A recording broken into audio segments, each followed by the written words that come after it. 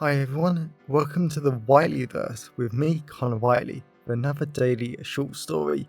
Now, before I start today's story, please remember to like, comment and subscribe to the channel so you don't miss any new content, and the engagement really helps the Whiteleyverse with the YouTube algorithm. Also, if you want to buy this short story and any of my other fiction, then they're available from all major ebook retailers and at your local bookstore and local library if you requested, and you can order paperback copies from Amazon. Now, here's today's short story. I hope you enjoyed just as much as I did writing it. The Mind-Reading Creeper. I fully admit that having to go and get milk is definitely one of the most mundane tasks I do, but there is a very, very particular reason why I do it. Of course, I could send one of my staff off to get such items. I could easily just teleport there, or I could do what most people do in this day and age. I could just order it online. My name is Matilda Plum, a superhero in the counseling and therapy sector, so for me these little jobs like getting milk are just another chance for me to help people. It gets me away from my practice and out onto the amazing streets of Canterbury, England, so if anyone is in trouble then I can find them, help them and improve their lives. Well, that's the hope at least.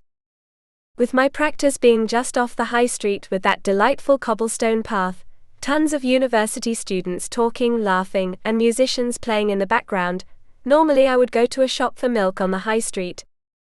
But today I wanted to change things up, so I was walking along a little street with small, well-kept houses lining the entire street. Plenty of cars were parked, which was normally considering it was the start of a bank holiday as it was May Day. Plenty of people had the day off, and I had no doubt people would be celebrating their day off later on. Granted, most people would be going to the mini May Day festival in the high street. I had already noticed tons of stalls setting up with games for the children. I had even helped a very stressed out manager calm down about the event, and I made him realize everything was going to be okay. It was actually a rather perfect morning, not too hot, not too cold, and thankfully not a rain cloud in sight. Which for England was probably as strange as it could get, and there wasn't another person out on the street, so it was relatively silent. And considering I spent most of my days listening and helping people with their difficulties and their conditions, I had always learnt to love the quiet times in my life. "She's banging," I heard someone say. Now, if I wasn't the only person on the entire street, then I wouldn't have been quite as disturbed as I was. But I looked around again, and I was the only person out here. Then I realized that my superpowers had picked up someone saying that, or thinking that towards another person. And if my superpowers were getting concerned about what that person had said, then I needed to check it out. Thankfully, I knew my two staff members, Aidan and Jack at my practice, also superheroes, wouldn't mind a lack of milk for a little while. I crossed the road as I felt my superpowers were drawing me towards the high street once again, and that was strange in itself. The festivals didn't start until later on, barely any of the shops were open, and no students had lectures. So there was basically no reason for people to be going to the high street this early. A few minutes later, I got very close to the high street when I noticed a very tall man wearing a long black trench coat, a cowboy hat and boots just standing in the alley I was going along. I could smell how disgusting he was from here. I doubted he had showered in weeks or months or even years. Yet that wasn't what got my superpowers so annoyed. I just got the sense from him that he was up to no good, and that something strange was going on. So I walked up to him. "Hi there." The man huffed and looked furious to see me. Then he looked me up and down and smiled. Normally I'm used to this sort of thing, because I am sort of rather attractive according to most people with my very thin, but healthy-looking body, my long hair that I had decided to dye a very light blue today, and my small breasts were apparently something people liked. I felt something try to press into my mind. I tapped into my shielding superpowers that stopped other people from tapping into my mind, and I tapped into his own mind to see what the hell he was doing. One of the great benefits of being a superhero in the counseling and therapy sector was the myths about psychologists and therapists were actually true now. So I really could analyze people by what they were saying, and their body language and more. I was flat out disgusted. This man was such a creep. It seemed like he wasn't a superhero, but he had a mind-reading ability, and he always focused on their sex lives. The weirder the better for him. Then instead of watching pornography at home, he would walk the streets reading the minds of people's sex lives, and then he would deal with those images later on in an alley. Which was probably what I just stopped him from doing. But perhaps the most annoying thing about his mind-reading ability was how powerful it was. I was almost struggling to maintain my mental shield around my own thoughts. He was really interested in what a girl like me did in the bedroom. "Stop!" I shouted into his mind. The man fell to the ground, holding his head. I really did love my influencing superpower. I hated using it, but I did love it when I needed to use it. The man just looked up at me. It was only then that I realized he was nowhere as young as I believed. He wasn't university age in the slightest. He was at least 30. "Why are you doing this?" I asked. The man just smiled. "It's hot. You clearly have some power yourself." That really made me curious, because I had never met a person who wasn't a superhero with powers. It was strange, but there was a minor possibility that this man was a superhero. He just didn't realize it yet.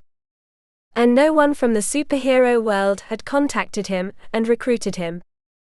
I know from personal experience how difficult it was learning what I was, how to use my powers, and what on earth was happening to me. To say it was a confusing time is a massive, massive understatement. I was definitely going to need some help. "Natalia, need a little help," I shouted. Moments later, the entire high street fell silent. The creep froze in time, and the most stunning woman I had ever seen appeared.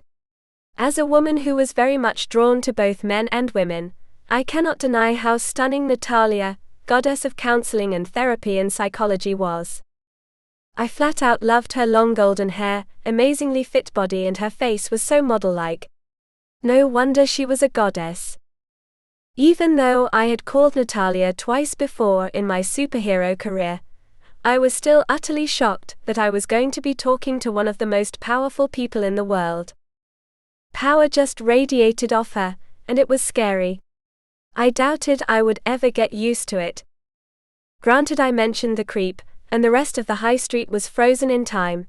It was more like Natalia had slipped us in between instances of time, so it just gave the illusion of time freezing. "You called Matilda," she said. I pointed towards the creep. Seems he has some kind of mind-reading power, and he uses it to watch the sex lives of everyone walking past. Natalia frowned a little. "Have you got a cause or series of causes?" As much as I wanted to say that I had been too disturbed by his mind to study and analyze him in any great depth. His mind was just so wrong, creepy and twisted, that I really didn't want to tap into it for too long. But I had to. I focused on the creep and really started to analyze his mind, and then I relayed what I found to Natalia. His name is James Peabody, married with a wife and 2 kids. He used to be a psychology student, then he graduated, and he couldn't hold down a therapist job because of his sexual appetite. How I didn't vomit, I didn't know. It seemed like this guy was completely obsessed with having sex, watching porn, and just masturbating. "He wants to stop, but he loves it too much," I said as I pulled out of his mind. Natalia folded her arms and focused on him. "Is he one of ours?" Natalia laughed at me. And it really didn't feel good having one of the most powerful goddesses and gods in the entire world laugh at you. "Relax, Matilda. He actually is, or was meant to be." I was just shocked. How the hell was this man meant to be a superhero, working for us, if he decided to abuse his superpowers like this? "Remember, Matilda. You were confused about your powers at first," Natalia said. Damn it. I completely forget that Natalia could read my thoughts easily and analyze me. "I think I need to plant the suggestion that he needs to come with me and stop reading people's minds," Natalia said. Now I folded my arms. What? Natalia asked. He has to be one of the most powerful superheroes I've met. Normally this sort of mind-reading power takes a decade or two to develop, right? Natalia focused on the creep again, and sort of shook her head. He is powerful. He could help a lot of people, but he will need to focus, Natalia said. Natalia clicked her fingers, and the entire world and sound slammed back into me like a massive tidal wave for the senses. I almost jumped, but I just focused on the creep. I'm meant to be a superhero then? The creep said.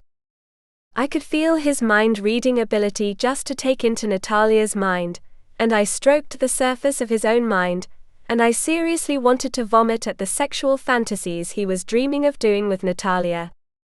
He was just inappropriate. Natalia grabbed him by the arm, and she looked at me. Thank you for finding him, she said.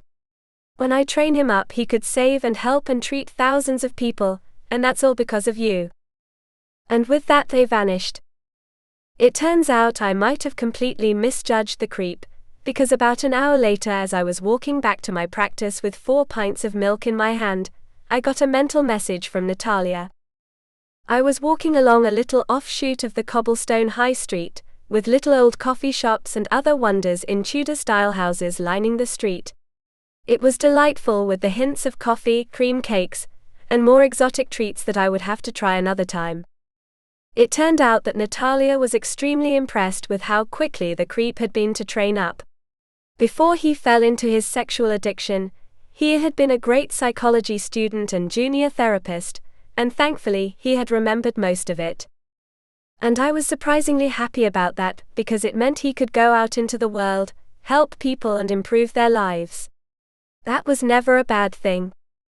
I knew that Jack and Aidan would be wondering what took me so long, but they would be extremely happy that I helped someone, and finally we could all have a nice cup of coffee together to celebrate. Because the world always needed more superheroes, I was just amazed and grateful and relieved that I had managed to give the world another one. Welcome back everyone, it's me again, Connor Whiteley. So I really hope that you enjoyed today's story, because I flat out love writing, creating stories and sharing them with you. If you really enjoyed today's story, then please remember to like, comment and subscribe to the channel so you don't miss any new content, and the engagement really helps the Whiteleyverse with the YouTube algorithms. And if you want to buy this short story or any of my other fiction, then they're available from all major ebook retailers, and you can get them from your local library if you requested, and you can order the paperback copies from Amazon, your local bookstore or local library if you request it. Lastly, if you want to support the channel on a one-off basis, then you can now buy me a coffee at buymeacoffee.com/Connor Whiteley. Also, if you know anyone who would enjoy today's story, then please share it with them. I'm always really grateful when you wonderful people help spread the word about the channel. So, thanks for watching the Whiteleyverse, and I'll see you again soon. Have a great day, everyone.